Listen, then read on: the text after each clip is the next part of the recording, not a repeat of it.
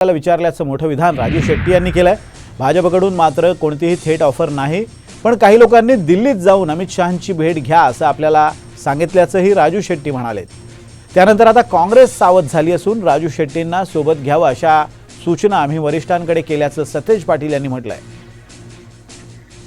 भारतीय जनता पक्षाबरोबर आघाडी करण्याच्या संदर्भामध्ये माझ्याबरोबर थेट असा कोणी संपर्क साधलेला नाही, परंतु मध्यस्थामार्फत मी दिल्लीला यावं, अमित शहांना भेटावं, आणखीन काही केंद्रीय नेत्यांना भेटावं अशा प्रकारच्या सूचना घेऊन मात्र बरेच लोक आले।